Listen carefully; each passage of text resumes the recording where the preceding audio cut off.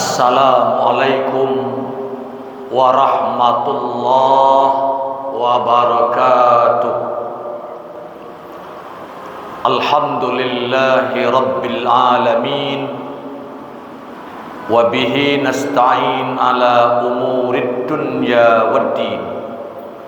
Ashhadu an la ilaha illallah wa ashhadu anna Muhammadan abduhu wa rasuluh sallallahu alaihi wasallam, la nabiyya ba'da. A'udzu billahi minasy syaithanir rajim.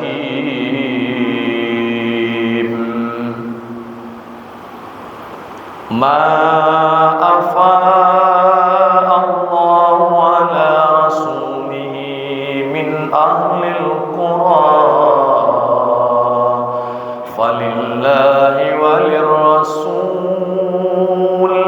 walidhil qurba wal yatama wal masakin wa ibnis sabil kay la yakuna dulatan bainal aghniya'i minkum wa ma ataakumur rasul fakhudhuhu wa ma nahakum anhu fantahu wattaqullah innallaha syadidul iqab.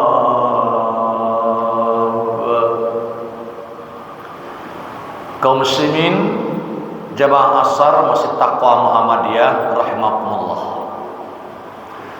Pada kesempatan kajian singkat terbatas ini, kita bahas adalah hubungan agama dengan ekonomi. Ekonomi bahagian dari kehidupan manusia yang tidak mungkin terpisahkan dari prinsip-prinsip agama. Seorang muslim berusaha memenuhi kebutuhan hidup. Seorang muslim berusaha bekerja mencari nafkah untuk kehidupan pribadi dan keluarga. Di dalam dia bekerja, dalam dia berusaha, tidak mungkin bisa terpisahkan dari aturan dan kegiatan yang diatur oleh agama itu sendiri. Oleh karena itu, antara agama dan ekonomi saling berkaitan. Di garis besar dalam ekonomi itu ada 3 yang dibahas. Pertama adalah produksi, 2 distribusi, 3 konsumsi. Dalam produksi, dalam distribusi, dalam konsumsi itu mesti, kalau kita sebut ujungnya adalah distribusi secara Islam, konsumsi secara Islam, dan produksi secara Islam. Apa akibat kalau ketiga kegiatan ini tidak bersentuhan, berpegang kepada agama, yakni Islam? Misalnya produksi. Orang mau produksi misalnya minyak wangi, tapi bahannya dari umpamanya minyak-minyak hewan yang haram. Umpamanya hasilnya bagus. Apa boleh kita pakai? Islam tidak membolehkan. Ya kan? Jadi bila seorang produsen tidak memiliki nilai-nilai agama dalam dirinya, dia akan bisa memproduksi apa saja, yang penting laku dijual. Soal nanti itu halal tidak halal, tidak ada masalah. Ya kan? Karena di YouTube tuh orang bikin kerupuk, tapi kerupuk itu dari kulit juga. Tapi kulit apa? Kulit B2. Dijualnya. Bagi dia hanya membuat belinya murah, membuatnya mudah, dijual mahal. Tapi kalau seorang yang terikat dengan agama, dia tidak akan mau memproduksi kerupuk yang sumbernya dari kulit hewan yang tidak halal. Dalam distribusi itu dicontohkan Allah dalam Al-Quran surat Al-Hasyr ayat 7 tentang harta rampasan perang. Harta rampasan perang disebut di sini harta rampasan perang yang diberikan Allah kepada Rasulnya yang berasal dari penduduk beberapa negeri adalah untuk Allah sebagian, untuk Rasul sebagian, kerabat Rasul sebagian, anak-anak yatim sebagian, kemudian terhadap orang-orang miskin, dan untuk orang-orang musafir yang dalam perjalanan. Maka Allah jangan hanya beredar di antara orang-orang kaya saja di antara kamu.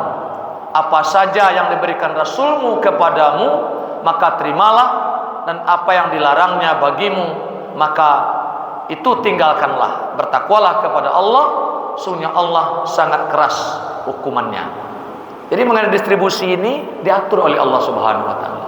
Tidak boleh umpamanya Rasul dia berkuasa, dia pemimpin, dia nabi, dia tidak berikan fa'i itu, harta rampasan perang itu ke yang harus menerimanya. Sama pula dengan orang sekarang ini, contoh Basnas. Pokoknya Basnas itu kita lazis dapat sumbangan donatur kaum muslimin. Bagiannya kan ada bagian tertentu. Tidak boleh hanya satu bagian saja. Dia dakwah saja tidak boleh. Harus jelas anak yatimnya ada, fakir miskinnya ada, dan lain-lain ada. Diatur oleh Islam. Tapi kalau orang tidak terikat dengan aturan agama, dia akan membagi, termasuk distribusi tentang kehidupan beragama itu, katakanlah bantuan, katakanlah zakat, katakanlah sumbangan, daging kurban, itu paling dia akan jatuh kepada yang suka-sukanya saja. Nah, apalagi kalau misalnya di dalam pemerintahan, kayak orang dana pokir, pembangunan, rumah sakit, jalan. Kalau dia tidak terikat dengan aturan agama, tentu yang akan dapat itu. Yang kemarin itu, yang kemarin ini, yang kemarin itu lagi, yang kemarin ini lagi. Nah, Islam mengatur tentang itu. Tidak ada misalnya membuat jalan itu tempat orang yang beda agama tidak dibuat jalan. Tidak ada. Dia pemerataan keadilan sosial. Penerimaan apa namanya? Porsi orang diterima sebagai PNS, sebagai apa? Kalau dia distribusinya tuh orang tidak terikat dengan agama, pasti yang akan diluluskan itu adalah orang-orang yang dia suka saja. Tapi kalau dia terikat dengan agama, yang lulus benar-benar standar yang dibuat oleh aturan yang diberlakukan. 3, tentang konsumsi apalagi. Konsumsi juga begitu. Misalnya orang terkait dengan itu semua, kalaulah orang punya keyakinan mengkonsumsi barang haram adalah haram, mengkonsumsi pendapatan cara yang tidak halal adalah haram, tentu dia tidak akan melakukan itu.